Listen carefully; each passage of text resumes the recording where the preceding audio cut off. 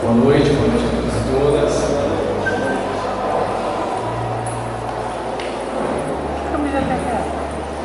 Bem, pessoal, bem-vindos. Hoje a gente vai fazer uma discussão falando sobre os organizadores do Batman, né? Que é um personagem reconhecido e muito difundido na cultura pop. A gente vai conversar um pouco sobre a penetração cultural que ele teve, mas também algumas contradições que o personagem apresenta. E eu queria também agradecer aos participantes, né, da nossa discussão. Vou pedir para cada um deles se apresentar. Meu nome é Marcel, eu sou professor de História, comunicador, tenho um podcast de quadrinhos chamado Enquadrinhados e eventualmente apresento algumas coisas relacionadas à cultura pop e eu passo a palavra agora para o Olá pessoal, boa noite. Eu sou Aluna Machado, sou historiador, pesquisador acadêmico de História dos Quadrinhos. Minha especialidade é o Batman, minha especialização foi no Batman também. Sou escritora, ganhei o troféu Acadêmicos com minhas publicações, com melhor publicação teórica. Sou curadora do Festival Geek de Santos, que faço parte da curadoria de quadrinhos. E sou colaboradora também da Biblioteca de Santos, na Secretaria de Cultura. Bom, salve. Boa noite para todo mundo. Eu sou o Pedro, eu sou quadrinista, ilustrador, faço quadrinhos, falo sobre quadrinhos, estudo, sou um estudante autodidata de História, de Ciências Sociais. Falo muito da questão da periferia, da representatividade negra dos quadrinhos, faço todas as analogias de história, de estudos sociais, para abordar tanto nas minhas artes quanto nos enredos que eu estou fazendo, nos roteiros também. Levo essas discussões para o Instagram para a gente dissecar as obras até que ela fez, com o seu parceiro do Bill Finger, que escreveu sobre o Batman também, a gente fez uma pesquisa juntos. Então, eu gosto de explorar o que os quadrinhos tiram de fantasia para fazer as alusões nas vidas reais, e é o que a gente diz que quer trocar ideia aqui hoje. Boa noite, pessoal. Meu nome é Carlos Vasques, eu sou apresentador e fundador do podcast Mansão Wayne, do portal Mansão Wayne, que está aí há quase 10 anos com um podcast falando sobre Batman e sobre esse ponto de todos os seus aspectos. E o portal também há 25 anos com nós falando sobre Batman.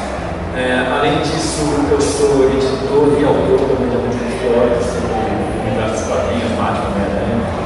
E um deles, inclusive, que ela hoje está participando, foi indicado a HQ Mix, também fiz quadrinho, também como escritor, como desenhista, também indicado a HQ Mix. E vou bater papo sobre Batman hoje, né?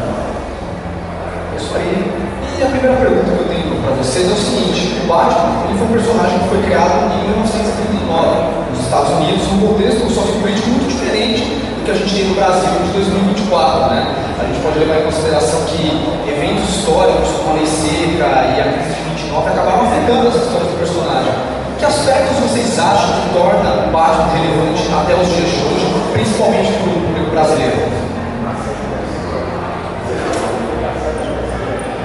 Bom, se a gente for considerar 1939, fazia muito sentido ele ter as características que ele tem desde sempre, que é a questão de ser um milionário e tal, aquelas coisas. Por quê? Durante a Depressão, poucos milionários na época conseguiram se safar daquilo em Ford Fronteiras. Investir na indústria do cinema, aquela coisa toda, e aí ele conseguiu se safar um pouco da crise de 29 da Grande Depressão. Então o Batman é um retrato daquele cenário ali também. Então faz muito sentido o Bruce Wayne ter essas características. Mas hoje, considerando o Brasil, considerando as discussões sociais que a gente tem hoje, as discussões antropológicas que a gente tem hoje, eu acho que às vezes o Batman ele se torna até amoral e imoral. Porque não tem mais condições de você ter um cara que é milionário e ele desviar dinheiro da própria empresa para comprar carro, comprar roupa e bater pobre. Entendeu? O melhor também. Então, assim, tem algumas coisas que elas precisam ser revisitadas. Entendeu? O que eu acho interessante hoje é um personagem que flutua no imaginário coletivo. Não importa se a pessoa consome quadrinho ou não. ela conhece o Batman, conhece o cenário dele. O que é o cenário dele? O Coringa, Gotham, Alfred, Gordon, né? A gente tem um Coringa aí que ganhou um Oscar que não à toa, entendeu? Sem o cenário Batman, mas não teria acontecido. Então ele consegue umas adaptações que outros personagens da cultura pop não conseguem manter. E no cenário dele a mesma coisa. Você não vê com o Superman, você não vê com Mulher Maravilha, você não vê com Homem-Aranha, você não vê com Homem de Ferro, não vê com o Capitão América. Essa questão dele conseguir se adaptar e flutuar. Mas a representação social, questões de representatividade e o discurso dele, às vezes, não se encaixa mais na sociedade que a gente tem hoje. Seguindo até o que a Luna falou, é isso. O Batman é um personagem que, quando surgiu, as discussões eram bem diferentes e não tanta gente tinha voz para discutir as problemáticas do personagem. Então, um personagem ser milionário para ter recursos era simplesmente uma ferramenta de roteiro, era fácil. Como que ele consegue tanta coisa? Ele é milionário. Beleza. Tanto que na época nem se falava de onde vinha essa cultura, tinha quadrinhos. Você pega quadrinhos dos anos 30, 40, você vê que o pai dele era médico e por isso ele ficou rico e foi comprar uma mansão. Coisa que a gente pensava, sabe? Era muito difícil alguém ter essa escala social em uma geração. Hoje é impossível você ignorar essa problemática. Então, como a Luna falou, o personagem que ele flutua muito, cada pessoa acaba tendo uma visão muito individual de o que é o Batman. Então ele, por um lado, não fala um personagem muito fácil de ser admirado, você tem ele como ícone, como inspiração para um cara que quer fazer diferença. E ele é muito fácil também de ser odiado, de ser criar uma antipatia. É um cara milionário que fez ajudar para bater em bola. E você consegue fazer essa leitura também. Isso você pode fazer, inclusive, uma leitura mista, que aqui, não, em paralelo, ele é um cara que tem uma atividade social muito importante. Existem, acho que quase infinitas visões individuais do que é o personagem. Então, eu acredito que é uma discussão, a parte social, que acho que mais hoje em dia pega de contradição, é algo que os roteiristas mesmo não podem mais ignorar. Ou eles vão para esse lado que é simplesmente o Batman, não importa quem ele é, você vê um cara que é um gênio e tal. Ou se você for pegar o Bruce Wayne e falar da vida social dele, do dia a dia, você tem que problematizar, não tem mais, não dá para ignorar mais. Os quadrinhos, muitos deles hoje em dia trazem essa questão. Talvez de uma forma um pouco fraca ainda, mas já é discutível. O Batman, cara, ele mergulha numa contradição muito grande, porque na época que ele foi lançado, ainda tinha a lei de segregação americana. Então, negros tinham separados dos seus lugares, e aí nasceu aquela brincadeira de que ele deixa o rosto à mostra, porque eu mostrar que ele é branco e não é da polícia. É verdade. Não é. Porque se fosse um preto fazendo, a gente estava fugindo na primeira saída. Então, aí veio atualmente a frase do John Hitler, escrevendo Eu Sou o Batman, que é o Batman negrão, o Batman do Jace Fox, que ele é filho do Lucius Fox, que faz toda a tecnologia do Batman. E aí, para isso não acontecer, ele veta o rosto, a máscara dele é toda coberta. E aí isso aborda muitas diferenças do que o personagem significava em 1940 para os dias atuais. Como é que ele vai mascarar literalmente o que ele está fazendo, o que ele está significando, aí usar essa tecnologia, usar esse dinheiro a favor das pessoas e contra o sistema que está oprimindo essas pessoas, não para financiar as coisas como ele faz. Que nem tem quadrinhos que diz que a grana que ele desvia da Wayne é para fazer o Blackgate, não, o Asilo Arkham. E ele está fazendo um mercado do crime para continuar sustentando a empresa, para continuar prendendo as outras pessoas, e isso é um retrato ainda da colonização, do método branco de trabalhar com personagens, seja na história, seja na ficção também. Só um complemento até para falar dessa contradição dos anos 30 para hoje, o próprio Azuar, que você citou, que é uma prisão para pessoas com, vamos colocar aqui, muitas aspas, problemas mentais. Que é uma parada que hoje em dia tem uma luta de manicomial ferrada, não faz sentido os anos 30 fazer. Hoje não dá mais, então acabam tendo que fazer mil reviravoltas se alguém quer tratar aquilo de uma forma real. Né? Inclusive, isso já entra na próxima pergunta que eu queria fazer para vocês, porque é o seguinte, se tem um personagem nos quadrinhos que tem uma galeria de vilão que é realmente reconhecida, até porque não é muito ligada à cultura pop, é o Batman, né? Só que grande parte desses vilões a gente vê que houve uma transição. Primeiro eles eram mafiosos e criminosos mais clássicos das revistas pulp, e eventualmente eles foram se tornando figuras mais bizarras, principalmente associadas a questões de doenças mentais que hoje em dia realmente não pega muito bem, né? Que como vocês enxergam também essa questão dos vilões do Batman terem essa representatividade muitas vezes problemática por pessoas com patologia, e qual é o vilão favorito de vocês e as temáticas que eles discutem, né? Porque cada personagem que o Batman enfrenta acaba sendo uma representação, acaba sendo uma alegoria a um discurso mental que ele busca trazer.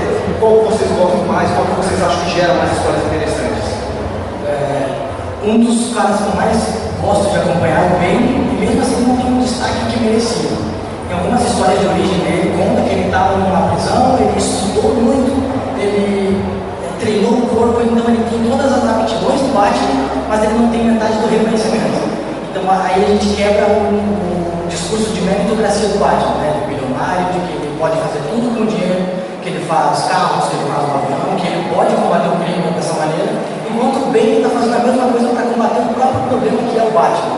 E aí esse conceito do Venom, do Bane, ainda gerou o Venom, que gerou uma das melhores histórias do Batman, que é o Batman Veneno, que é quando ele sucumbe, que ele é falho, que ele tem que sucumbir a uma droga para poder bater de frente e aí sustentar outro patamar que o Batman bate também, que é de querer, o humano querer se equiparar a deuses. E aí já entra para outra discussão também, mas acho que o meu vilão chama de anti-herói, né? Favorito ainda é o Bane, cara, eu gosto muito. Não, acho que a galera do Batman de vilões, eu acho que ela teve muito mais atenção do que os outros personagens do DC. Porque eu acho que o Batman também, na verdade, teve mais atenção, né? Principalmente quando isso vinha de outras produções midiáticas, né? De seriado dos anos 60, teve seriado em 43, ele teve seriado em 49, ele teve o Lado Oeste, teve filme, por aí vai. E essas coisas vão interferindo no que o personagem apresenta nos quadrinhos, e os roteiristas têm que dar conta, né? Então eu acho que teve uma abertura maior para que a gente tivesse mais contatos com os vilões do Batman e de outros personagens. Eu gosto muito dos Duas Caras, né? Porque é um cara que até um dado momento ele abaixa a cabeça do sistema, né? Na verdade entendendo como um anti-herói também, entendeu? Ele abaixa a cabeça do sistema judiciário, porque é um sistema falido dentro de Gotham, né? E que assim vamos dizer, um ciclo vicioso ali, né? O que o Bruce Wayne poderia fazer em políticas sociais, de usar o dinheiro dele para construir escola, para construir faculdade, para fazer tudo, ele não faz nada com a empresa dele, deixa não ter livre comércio, não gera concorrência, sufoca os microempreendedores de Gotham, né? E a máfia toma conta disso tudo e ela vai, consolidar as raízes dela, pagando o judiciário, o executivo e tudo mais. E aí ele vem como Batman, né? Sempre não fez nada de manhã, como empresário, vamos dizer, como empreendedor, aí de noite ele vai lá e tenta resolver alguma coisa. Mas eu acho que o Duas Caras,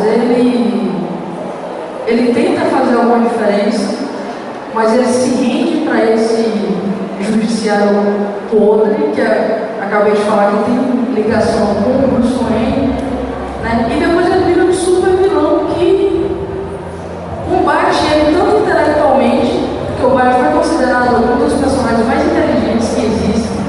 Então eles têm diálogos muito foda, na maioria das histórias assim, e que também tem uma engenhosidade de planos que fazem sentido, entendeu? Na maioria das vezes. Então eu acho que assim, o Duas Caras também faz muito sentido em alguns aspectos ali, né? Mas o Coringa dá no coração também. Eu achei muito interessante, principalmente vocês terem trazido o Bane e Duas Caras como anti-heróis até, né? Que eu acho que reflete um pouco o que a gente estava falando do Batman. Os vilões também têm essa qualidade de ter cada pessoa tem uma visão individual. Duas Caras existem versões que realmente eu acho incrível que ele tem esses diálogos. E existem autores que tratam ele como um vilão bem genérico, né? Ou até com uma profundidade mais bem vilanesca, mesmo assim, o mesmo por Bane, ele começou em 2000, teve umas histórias bem interessantes nesse sentido.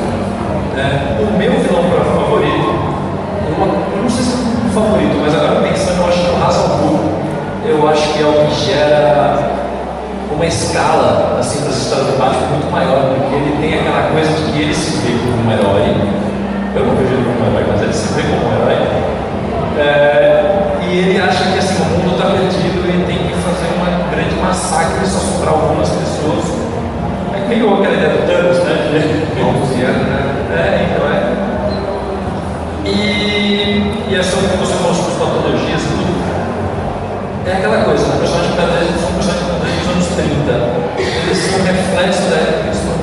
personagens e das pessoas que os criaram. Então, o Duas Caras, por exemplo, quando foi criado, ele ficou depois de muito tempo sem aparecer. Ele foi resgatado depois quando ele voltou a ser interessante para os autores. O Bane mesmo fica perdido, às vezes ninguém sabe o que fazer com ele, de repente alguém tem uma ideia boa. O Bane, se você pega a origem do Bane, é um comentário de um cara americano de extrema-direita. É isso que é a origem do Bane. Ele foi preso porque o pai dele era um revolucionário de Santa Cruz, vamos dizer tudo.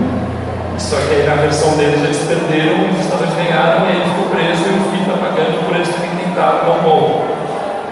Então eu acho muito interessante ver e sempre lembrar do contexto em que aquele personagem surgiu. E eu pessoalmente tomo um certo cuidado até para falar de Batman pra caramba, de não falar, pô, esse personagem ele é uma contradição, então eu não gosto dele. Não. Porque ele é uma contradição e o que dá para te dar de interessante dessa contradição? O personagem pode ser um cara desagradável, mas ele ser uma pessoa desagradável pode gerar boas histórias. Eu acho bem interessante ver o personagem, meu vilão comentou Anarquia. Ele é incrível, bem esquecido, mas eu gosto muito dele. Quase falei ele, juro. Eu acredito. Tipo, tá ali na minha lista também, eu gosto bastante. Agora, sobre essa questão tipo, do Batman, a Marvel desenvolveu bem essa questão do Batman ser milionário, e muitas questões envolvendo a origem do personagem não se encaixarem hoje em dia. Ainda mais porque hoje a gente está num movimento muito assertivo, no sinal, né? Da gente entender que os milionários eles são responsáveis pela desigualdade social. E a gente tem um reflexo disso no personagem também, né? E eu acho que um dos mais recentes, que eu queria saber de vocês a opinião do que esperar dele, é o Batman Absolute, que foi anunciado pela DC, que dessa vez ele vai ser um Batman vindo da classe trabalhadora. Vocês acham que tem um reflexo sobre isso? Sobre a gente começar a problematizar os milionários? Eu gostaria de saber de vocês a opinião sobre isso, sobre vocês verem que tirar esse mito do Batman dele ser um milionário para justificar tudo aquilo que ele faz, todo o combate ao crime que ele supostamente promove. Eu acho que assim, essa ideia do Batman problematizando, por exemplo, já foi feita algumas vezes. Essa versão atual que ele é da classe trabalhadora, eu vou te falar que eu fico para trás, mas é por causa do roteirista. A arte está linda, mas o roteirista ele já trabalhou muito, que é o Scott Snyder, trabalhou muito com o Batman, resultados que variam, mas eu acho que a média é para baixo. Então eu não acho que ele seja um cara capaz de trazer o potencial que essa ideia tem, de fazer um Batman que veio da classe trabalhadora, e o Alfred é um super tipo. Tá? Você falou da anarquia, existe um período do tempo dos anos 90, a qual o Batman se alia a uma anarquia e existe toda essa problematização. Faz muitos anos que eu não leio, eu acredito que era o Tirano, alguma coisa assim. Foi um tempo que discutia isso. Então existem histórias, o próprio Cavaleiro Branco traz um pouco essa problemática. Recentemente existe uma história na qual o Pinguim faz com que o Bruce Wayne perca grande parte da fortuna dele, ele é só um milionário, uma coisinha, tem que largar a mansão, levar bate-vaga para uma fazenda, tá? Mas, então eu acho que é uma problemática que outras vezes nunca com tanto destaque, agora vai ser com muito destaque pelo jeito. Eu fico curioso, eu só fico chateado de ser roteirista, porque eu acho que não vai conseguir trazer o potencial que essa ideia tem. Eu acho que o capital nunca brinca nisso. Ele vai prestar um serviço usando um dos personagens mais lucrativos da história, da cultura, que já estava só no propósito. O Batman, em 2019, foi a terceira palavra mais falada do mundo. Hoje, se você colocar Batman no Google, ele tem mais resultados que Deus. Eu sei que eu fiz isso na pesquisa, para levantar dados. Então, assim, não é de graça. Então, já, como o Carlos falou, né, já vinha levantando essa bola, em alguns aspectos de alguns quadrinhos, principalmente no Cavaleiro Branco. Até no filme a gente viu isso, né? A mulher botando o dedo na cara dele. Você deve ser um playboy, para você ter esse tipo de discurso, entendeu? Onde é que você está? O que você está fazendo? Entendeu? O que é isso, cara? Você não tem necessidade? Entendeu? Então eu acho assim, para pesquisa, vamos dizer para os pesquisadores, é um produto muito bem-vindo. Eu acho extremamente pertinente trazer esse tipo de discurso e esse tipo de representação. No público, de modo geral, eu acho também importante ter para que consiga levantar questionamentos na sociedade em relação a isso. Porque se a gente for ver, eu acho que seria ridículo, não é um lance, que merda.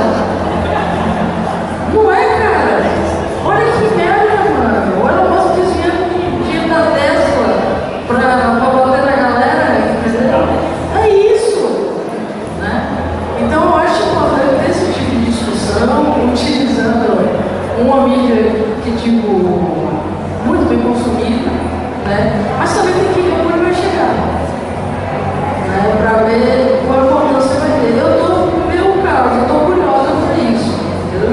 Espero que seja bom, também tenho minhas coisas como motorista, desenhista, assim, entendeu? Mas estou curiosa. Bom, falar de só Snyder não é uma coisa, né? Tudo que vem com Snyder não funciona. Mas é o que você falou, o capitalismo não brinca em serviço. Então, quando a gente vai falar de Batman com representatividade, Batman com versão feminina, Batman com negrão, uma hora o capitalismo vai ver que a esquerda está crescendo e ainda ia subir em cima dela para fazer o mesmo em cima disso. Batman trabalhador. Quem da Marvel é o personagem mais reconhecido, segundo essas pesquisas também, o Homem-Aranha. É um dos personagens mais conhecidos, mais pesquisados, mais adorados. Batman é um trabalhador, é um proletariado aí que, pô, vem viajando para comprar o almoço e se sobrar ele dá uma divertidinha para frente de bem e tudo isso. Agora imagina o Batman tendo que fazer isso. Abastecer o Bat-Tank lá, o Bat-Carro, não é uma parada da hora, não. Então, é isso. O mercado vai achar uma maneira de ver o movimento que está crescendo e incluir esse personagem dentro. Aí ele vai se tornar cada vez mais popular para a gente poder continuar falando dele, aumentar essas pesquisas e vender outro quadrinho relacionado a isso. Porque o Batman já tem uma história que os Estados Unidos sendo um estado teocrático, Batman tem essa grave, que foi feito na colonização dos Estados Unidos, isso, com o nome do general na época, mas ele, na vida real, ele faleceu muito cedo, não conseguiu concluir o plano dele. Na história de quadrinhos, ele continua vivo e torna os Estados Unidos um estado teocrático, e a família Wayne era muito influente na religião. A religião conduz todo o cenário político americano. E o Bruce descobre que tudo aquilo era uma ditadura, não tinha espaço para a diversidade, não tinha espaço para a esquerda, para trabalhadores, para pautas progressistas, e aí ele se revela abaixo da armadura do pai dele. Então, baseando nesse cenário de, pô, a gente já viu isso antes, funcionou na época, agora a gente vai fazer de novo, modernizando, atualizando, fazendo pautas mais recentes para o personagem se tornar cada vez mais relevante, como ele vem sendo todos esses anos. Levando em consideração que o Batman ele é um personagem muito plural, a gente pode dizer que a gente consegue trabalhar histórias desde muito fantasiosas, né, como Batman Mirim, Batman de Sonhar, da Era de Prata, né, então ele tem abertura para esse tipo de coisa, mas ele também consegue trabalhar temas mais pés no chão, com um posicionamento político assim mais claro. Eu queria saber de vocês quais histórias vocês acham que conseguem trabalhar essas questões mais realistas de uma forma assim, mais categórica, mais interessante, que não seja tão nas entrelinhas como a maioria das histórias que a gente vê numa linha mensal, por exemplo. Olha, eu gosto muito da franquia do Cavaleiro Branco, né? Principalmente a primeira ali, que traz pontos pertinentes em relação ao ocidental. O Coringa é espancado quase que até a morte pelo Batman, e ele joga todo o frasco de remédio controlado do Coringa na boca dele, quase mata ele de intoxicação. Então, assim, e depois tem as questões sociais, né, do Coringa voltar como vereador, como representante público e tal, aquela coisa toda, e aí entra a violência legitimada pelo Estado. Por quê? Enquanto o Coringa ele estava praticando as coisas que ele praticava como Coringa, ele era o vilão, mas como representante ali da lei e da ordem, ele começou a praticar as mesmas violências, só que era legitimada pelo Estado. Então, tá ok. Então, agora tá massa. Né? Então, assim, a linha de Cavaleiro Branco, tanto da Arlequina, tanto do futuro, essas coisas, eu acho que traz umas questões mais diretas, assim, e fáceis de compreender. Porque às vezes você não entende, por exemplo, o Batman, o Cavaleiro das Trevas. Né? Ali tem várias problemáticas, né, em relação a fascismo, a nazismo, que fica nas entrelinhas, que eu falo assim, esse Batman é fascista. Né? E a galera, não, esse Batman é fascista. Né? Mas ele tem toda a questão de contexto político, ali no final da Guerra Fria, a questão dos mísseis de Cuba, né? A questão da doutrina Reagan, com o Superman sendo representante daquilo ali. Né? Então, assim, Eu acho que são duas histórias completamente diferentes, mas que têm assim, seus pontos pertinentes. Agora você tem que ter os filtros certos para você conseguir captar essa filtro. Mas no Batman Cavaleiro Branco ele continua sendo um pouco mais fácil. E eu acho mais gostoso de ler também do que o Frank Miller, sinceramente. Eu ia trazer exatamente Cavaleiro das Trevas do Frank Miller, que, como você disse, precisa ter os filtros certos. Você pode sair daquela leitura, como muita gente saiu, muitos autores se inspiraram naquilo, achando que é isso aí, o Batman está certo. E na verdade é uma história muito política, que tem sim seus problemas. O próprio Frank Miller depois se revelou uma visão um pouco diferente do que eu tinha entendido na obra. Um pouquinho diferente, um pouco mais, digamos, fascista, não tem paros. Mas dá para fazer uma leitura bem interessante da obra. Cavaleiro Branco, acho que é bem na cara. Você citou antes o Anarquia. O Anarquia é um personagem que eu acho muito problemático a longo prazo. O Anarquia era um personagem que ele foi criado para virar um novo Robin, pelo criador dele, provavelmente, mas acabou que já tinha estudado o Robin, enfim, é outra história aí. Mas o próprio autor, quando começou a trabalhar mais a Anarquia, se revelou caro. Então, toda a ideia da Anarquia ser um cara que queria que o povo tivesse mais autonomia, mais igualdade, de repente virou uma parada tipo, não tem que ter leis, e vou aqui usar minhas criptomoedas, e é isso aí, sabe? Virou uma maluquice, ele começou a citar o leite nas histórias, começou a virar uma maluquice. Mas eu acho que as primeiras histórias, principalmente as duas primeiras histórias, são muito boas. São muito boas, porque mostram que o Batman às vezes está do lado errado. Sabe? Tipo, a capa é o Anarquia, junto com um monte de gente manifestante, saindo em luta por direitos, e do outro lado o Batman com toda a polícia com escudos. Que é uma analogia interessante, né? Se pegar esse lado. E eu acredito que tem uma história que é pouco citada, que deveria ser uma história que é Batman ou Messias. Que é uma história que, eu reli para gravar um podcast e saí maravilhado. É uma história onde exatamente um cara que é um teocrata, ele consegue impor um estado de sítio, Gotham City, e o Batman começa a pirar, e recomendo a todos que leiam, eu li recentemente, dá para achar. Eu acho que é uma das histórias mais políticas do Batman, assim, e retrata de uma forma que achou muito difícil alguém fazer uma leitura fascista daquilo. Sempre dá. Pelo pessoal, né? Não dá. Mas eu acho um quadrinho muito bom e que aborda bem diretamente a questão política. O Batman ele tem esse viés, né? Como o próprio título diz, a contradição. Então a gente pode mergulhar superficial assim, mas é que todo mundo pode, com preparação, com treino, com isso, com aquilo, mas as condições não vão ser iguais para todo mundo. Então a gente tem o viés de trabalhar os dois lados assim do personagem. A gente citou Terror Sagrado, citou Batman Messias, citou Cavaleiro Branco, eu ia citar elas, e durante a nossa conversa citei também algumas que eu poderia indicar. Mas eu vou bater na mesma tecla de falar Eu Sou o Batman, escrito por John Henry, que é um autor negro, ele dirigiu um filme 12 anos de escravidão, então ele sabe abordar essas temáticas, abordando a questão étnica, racial, dentro do social. Como é que isso vai se apresentar o Batman negro? Aquela questão de ver o rosto, como é que ele vai agir no dia a dia, porque o Jason Fox não é rico, não é milionário, ele não tem a carga da capacidade que as pessoas têm, ele tem que prestar contas, ele foi dado como um outro exército, tem uma parte das histórias antigas dele, mas ele voltou, as pessoas sabem do conhecimento dele, as pessoas questionam onde o Batman está, porque é um estado futuro, um futuro alternativo, onde o Bruce Wayne foi dado como morto, ele não está existindo mais. Só que o Batman começa a aparecer e as pessoas começam a questionar quem é aquela pessoa. Ao mesmo tempo que as empresas Fox também começam a movimentar dinheiro, começam a chamar atenção. Então ela é muito calcada em coisas reais, coisas palpáveis que a gente podia se questionar. O Elon Musk, o dono de uma empresa dele, já parece um Batman de verdade.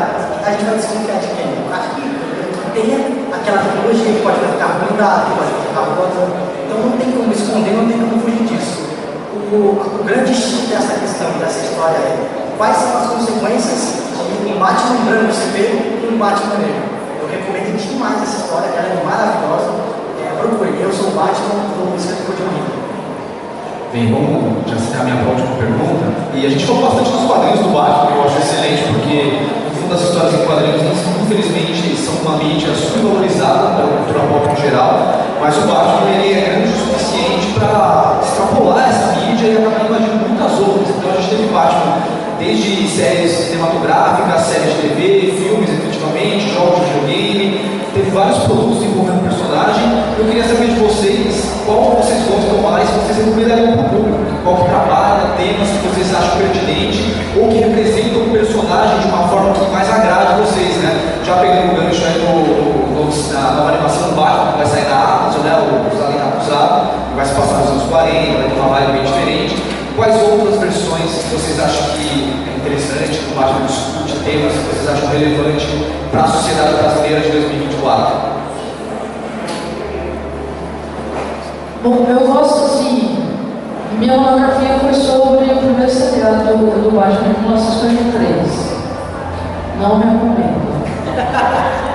Não dá pra ver. Não dá, é muito ruim, é um negócio que, olha, se fosse para formar aquilo ali, eu não máximo que eu tivesse, que eu estava fazendo e tal, mas assim, foi a primeira vez que o Batman teve uma representação fora dos quadrinhos, né, e é toda contextualizada na Segunda Guerra e tudo mais, produção péssima, essas coisas, mas seguindo na linha assim de audiovisual, eu gosto muito da trilogia do Nolan, com os pontos que eu faço de observação crítica social, que ele tem muitos. Que, assim, lá tem todos os 5 viciosos do Gabriel Marx, dá para fazer toda a análise ali, sabe? Mas eu gosto muito da trilogia, eu acho muito perfeita. É assim, os filmes ficaram atemporais, porque eles não tiveram efeitos visuais, tiveram efeitos práticos, não tiveram efeitos especiais. Então, o Cavaleiro das Trevas do Rio Grande já tem mais de 10 anos, e assim, parece que foi feito ontem, né? Então, eu acho a trilogia muito bem feita. Esse Batman novo eu gosto. Eu comecei na época, falei, pô, agora vai vir o Crepúsculo. Agora lascou, vai ser um Batman que brilha agora. Eu já tive de tudo. Tive uns bate-vaca, bate não sei o que lá. Agora o Batman que brilha no Crepúsculo.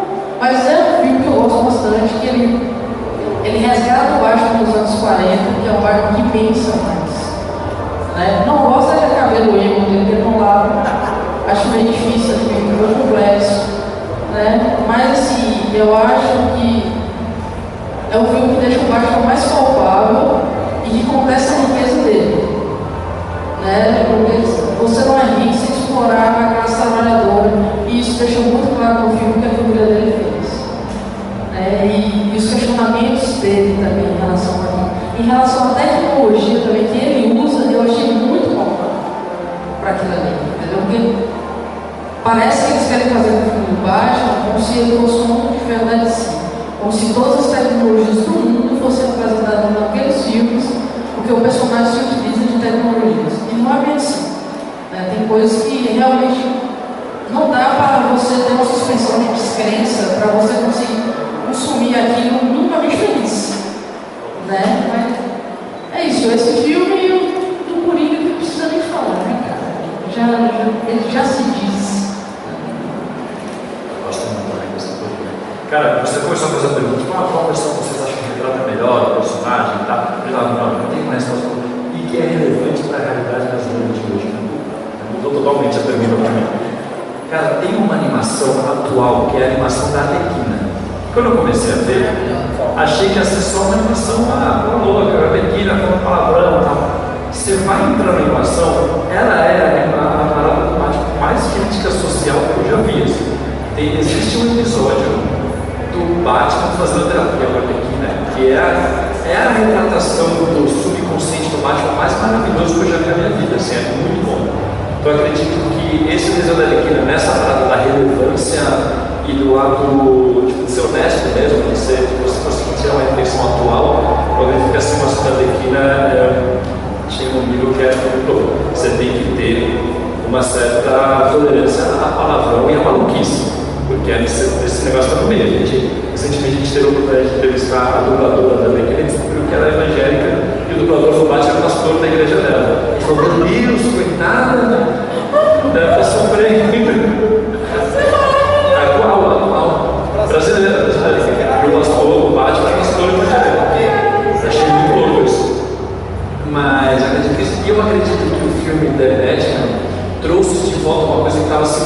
das adaptações do Batman, que não é sobre vingança. Tipo, existem autores, eu vou fazer como sempre, a gente falou super plural, mas a grande lição do filme que o Batman tira no final é que ele tem que ser um símbolo para inspirar pessoas a fazer a diferença. Não ser simplesmente um vigilante vingador, não pode ser tão pessoal. Então eu acho que o The Batman traz isso muito bem. Eu estava na mesma onda de a importância do Batman nos dias atuais, mas faltou brasileiro. Né? Quem quer ser um Batman brasileiro? Eu estava no Batman. Então, eu acho que quando a gente fala de Batman, a importância e o Brasil, a gente precisa citar ícones brasileiros. E aí eu vou citar filmando, não como Batman, mas vou citar a série da Batman, que ela é excelente, ela é excepcional. Vocês podem pular direto para a segunda temporada, que a primeira é descartável. Ali quem é a Batman é uma mulher negra, e ela traz todas as questões de como é que isso se apresenta, como eu falei para vocês do Hitler com o Batman negro. Agora imagine uma mulher preta sendo Batman, ela com o cabelo à mostra, com a pele à mostra, como é que a sociedade vê, como é que eles estão se questionando, aonde o Batman foi parar, e de repente aparece uma mulher preta no meio da sociedade sendo um ícone de esperança, um ícone de que Gotham tem de melhor para salvar, para ajudar, ou até para as pessoas criticarem. Então a série da Batman é excelente. Aí eu fiz a relação com Sônia Carneiro, Lélia Gonzalez, como é que essas mulheres se construíram no Brasil, vieram fazer coisas importantíssimas que estão refletindo até os dias atuais. E aí, falar de importância, Brasil, Batman, alguém que luta pelos nossos direitos, não tem como não citar Batman, a série da Senado, vale a pena assistir essa reivindicação. Bom saber que pode pular a primeira temporada, porque eu não aguentei lá ali. Bom saber. Não, e você que falou sobre a Batman, como seria a reação do público de Gotham, na realidade, ao ver uma mulher negra fazendo justiça na rua. É só você ver a reação da internet quando foi anunciado que ia ser uma Batman negra. Eu acho que isso já resume muito bem uma questão muito interessante dessa questão. Bem, vou dar meus dois centavos também. A minha série favorita do Batman é o Batman do Futuro, uma animação no final dos anos 90.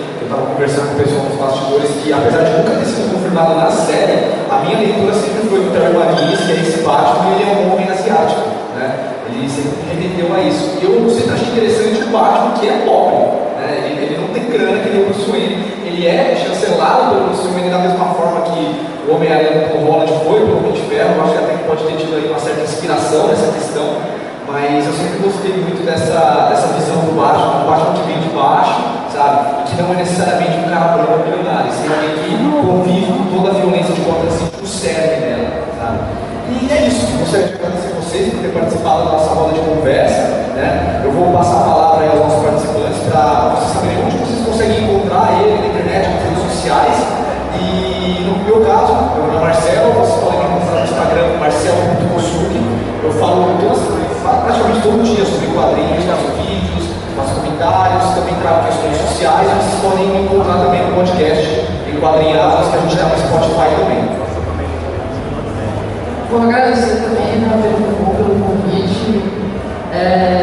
Eu, como mulher, falar do Batman, para mim, é uma maravilha, assim, sabe? E no painel, pessoas que têm tanto respeito para uma mulher que fala mal do personagem que é tão amado. Né? E, tipo, eu falo mal com propriedade. Entendeu? Então, eu vou agradecer a vocês, né, pela gentileza e tudo mais. Por favor, muito bacana. Eu acho que os melhores palmas do Batman que eu tive. São 12 anos de pesquisa. Entendeu? 12 anos. E é isso. Se quiser me achar Laluna G Machado lá no Instagram, é só adicionar lá que a gente troca ideia, se tiver qualquer dúvida, convites, qualquer coisa lá, a gente participa, a gente enfim, eu ia citar o Batman do Futuro, eu não sabia se ia citar. Inclusive, outra recomendação rapidaça aqui, que é o Super Choque do Futuro, onde o Terry Maguinness do Super Choque tem um contato muito próximo, mas aprende muito pouco, e ver essa diversidade de Batman dos quadrinhos, para mim é sensacional. Aí eu divido essa experiência com o Marcelo aqui. Então, respeito muito a nossa amiga, você também é excelente. Foi um prazer discutir o cara aqui. Um dos melhores papos sobre o Batman, a gente poder falar sem receio todas as conversões que o Batman pode ter, todos os problemas que ele tem, e ainda assim ser relevante, talvez até por esses motivos mesmo, né? Enfim, que é o que eu faço no meu Instagram. Pego histórias de sempre, ela apresento fatos, apresento questões, links com pontos históricos, coisas reais que aconteceram. Vocês podem me encontrar no @Manuel e no meu portfólio Comic Taylor eu posto as artes, tudo que sai da minha cabeça eu boto nas artes também, dou uma modificada, faço Liga da Justiça todo mundo preto, independente se seja ou não, mas é um cunho ativista, consciente, pesquisado, político, então aguardo vocês lá. Muito obrigado.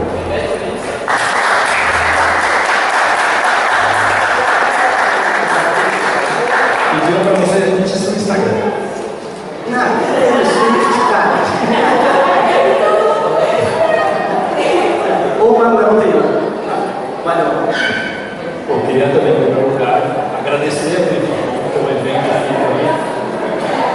Em todas as edições, espero continuar vindo e você convidado para falar no painel sobre o nosso programa, que é o Batman, de uma forma honesta, um papo de alto nível aqui, que não ficou aquela coisa de, esse grande personagem, não é mesmo?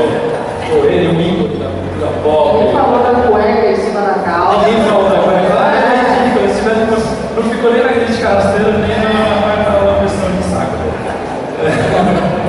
Então, convidar vocês, minhas redes sociais pessoais são Carlos Vasques MW, Vasques aqui usando meio central, MW de Mansão Wayne, que é o nosso podcast.